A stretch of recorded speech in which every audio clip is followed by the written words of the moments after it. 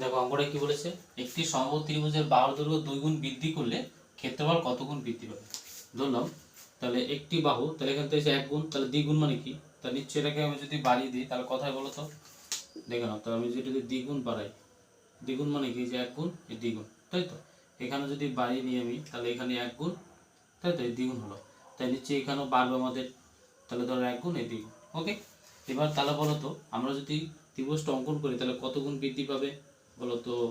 তাহলে নিশ্চয়ই এটা আগে ছিল, তাই তো। তাহলে কত গুণ বৃদ্ধি পেলো, 1 2 3, তাহলে ছবিতে আমাদের অঙ্ক হয়ে গেলো। তাহলে কত গুণ বৃদ্ধি পেলো, 3 গুণ। মনে থাকবে, এভাবে ছবিতে কিন্তু অঙ্কটা করবে। ওকে,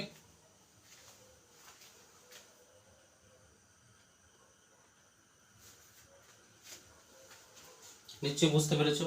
কি বলেছে, একটি সমবাহু ত্রিভুজের বাহুর দৈর্ঘ্য 2 গুণ বৃদ্ধি করে। তাহলে এখান থেকে 1 গুণ ছিল, তাই বাহুটা দ্বিগুণ করলাম, তাহলে এদিকে আমরা দ্বিগুণ করলাম, তাই না।